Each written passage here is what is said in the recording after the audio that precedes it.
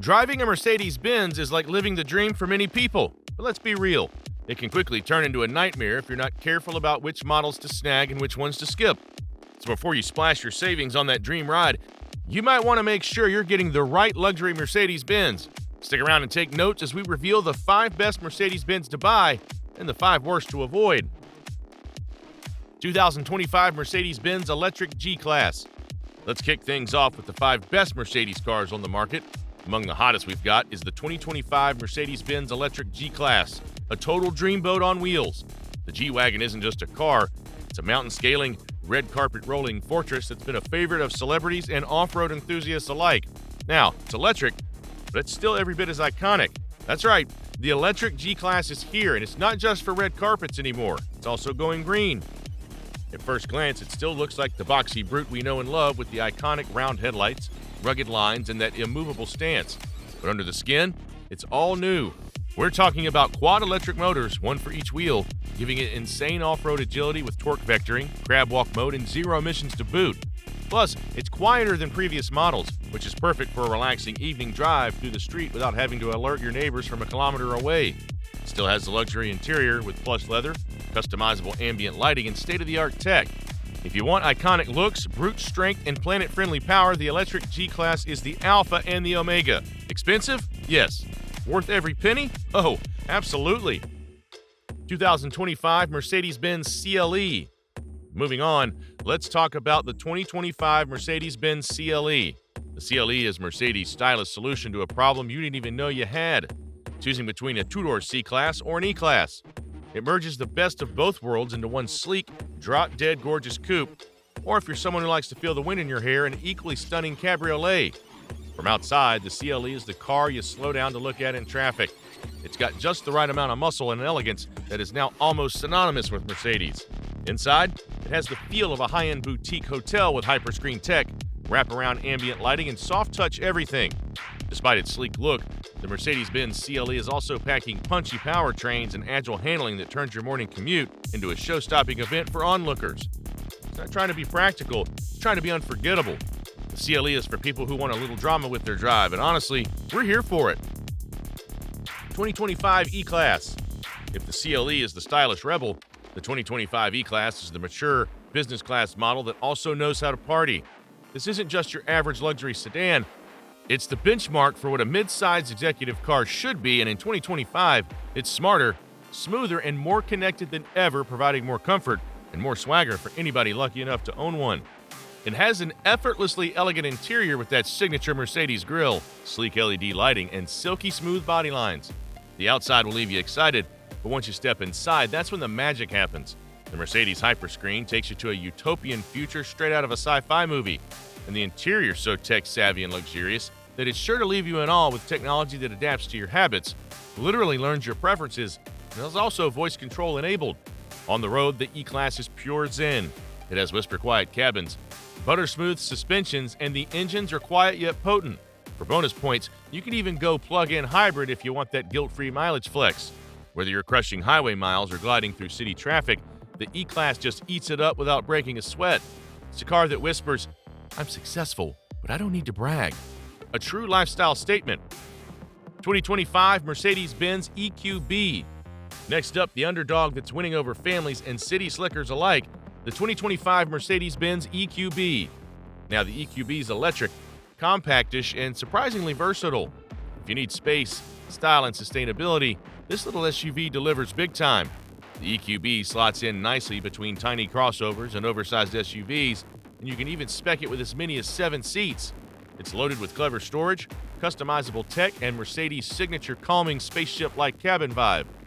Under the hood, or technically under the floor, you've got plenty of electric range to crush the weekly commute, tackle the school run, and still have juice left for that spontaneous weekend escape. It charges up fast, glides along almost silently, and that instant EV torque, yeah, it turns highway merging into a smooth, smug little joyride. Sure, it's not the flashiest Mercedes vehicle, but it's one of the most practical for daily life, especially if you're hauling around a family. You've still got the 3-pointed star on the grille, but this one's focused on keeping your kids entertained, your cargo organized, and your emissions low. Plus, it's cheaper than most other cars on the list, which means you can save money and look posh. A win-win situation. 2025 Mercedes Benz C-Class.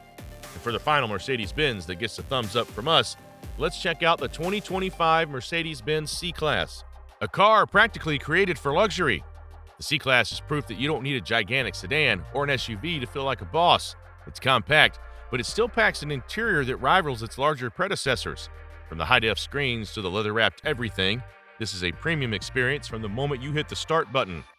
Under that sculpted hood sits a mild hybrid 2.0-liter turbocharged inline-4 that's smooth like jazz and sharp as a razor.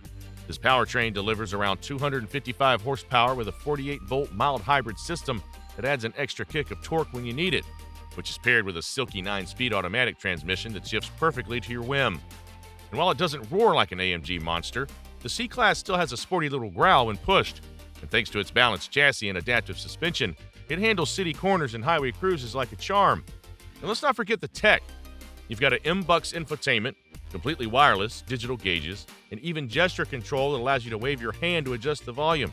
It's fun, it's stylish, and it's got all the Mercedes DNA, just in a more affordable, city-friendly wrapper. That's a pretty elite 5, yeah? Well, we're not done just yet. Not without mentioning the 5 cars that fall on the opposite end of the spectrum. 2015 Mercedes-Benz C300. And for our very first one, we have the 2015 Mercedes-Benz C300. You might think, oh, it's a C-Class. It's compact, stylish, and comes with that snazzy star on the grille. And you'd actually be right. The C-Class is supposed to be entry-level luxury, but in 2015, Mercedes seemed to have taken a few too many shortcuts, and it shows. First, let's talk about performance. The C300 comes with a turbocharged 2.0-liter 4-cylinder engine that makes just enough power to get you on the highway, but not much beyond that, and severely disappoints when it comes to acceleration. And that's before you even have to worry about the infotainment. While it has all the screens and buttons that should make for a good setup, the system is clunky, slow to respond, and it feels like it was ripped straight out of a 2008 Honda Civic. It doesn't end there, though. The 2015 C300 has a history of transmission issues, electrical troubles, and suspension problems. And don't forget about the costly maintenance. Those repair bills can make you question your life choices. Overall, while the C-Class should be an entry-level luxury car, the 2015 C300 feels more like an entry-level headache. 2012 Mercedes-Benz C250. Next up is the 2012 Mercedes-Benz C250. On paper, it looks like the perfect little luxury car. A compact, stylish sedan with a 1.8-liter turbocharged engine and decent power. But in reality, and on actual roads, this car fails to live up to the hype. While the C250 comes with a turbocharged engine, its performance is far from exciting. It struggles to provide the punch you'd expect from Mercedes and has notoriously poor fuel economy. Not the fuel-sipping marvel you might hope for in a smaller sedan.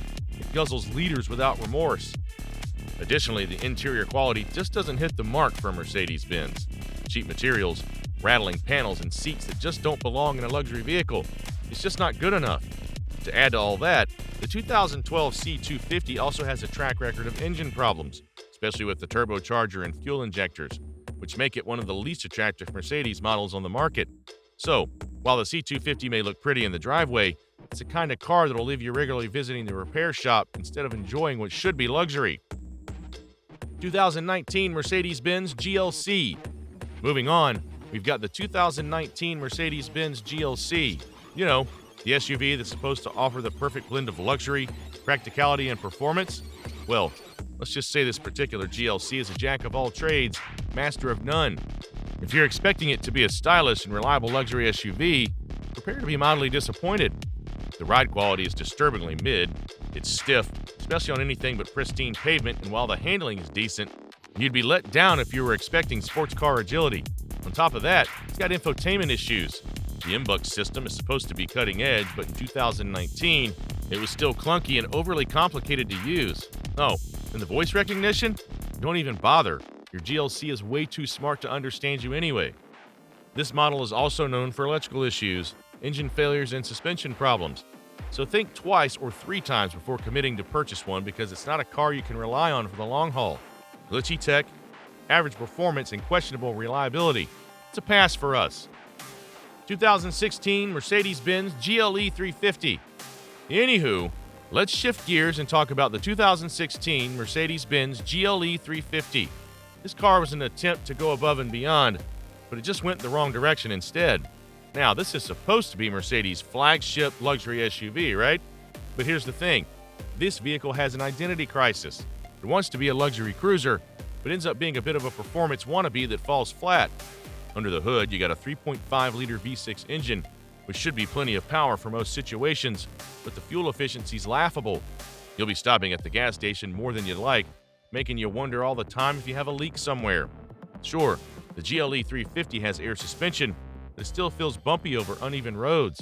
It's not the plush, floaty experience you'd expect from a luxury SUV. The infotainment system doesn't help mask the car's problems since it's slow, outdated, and feels like it was programmed by someone who doesn't know what the internet is.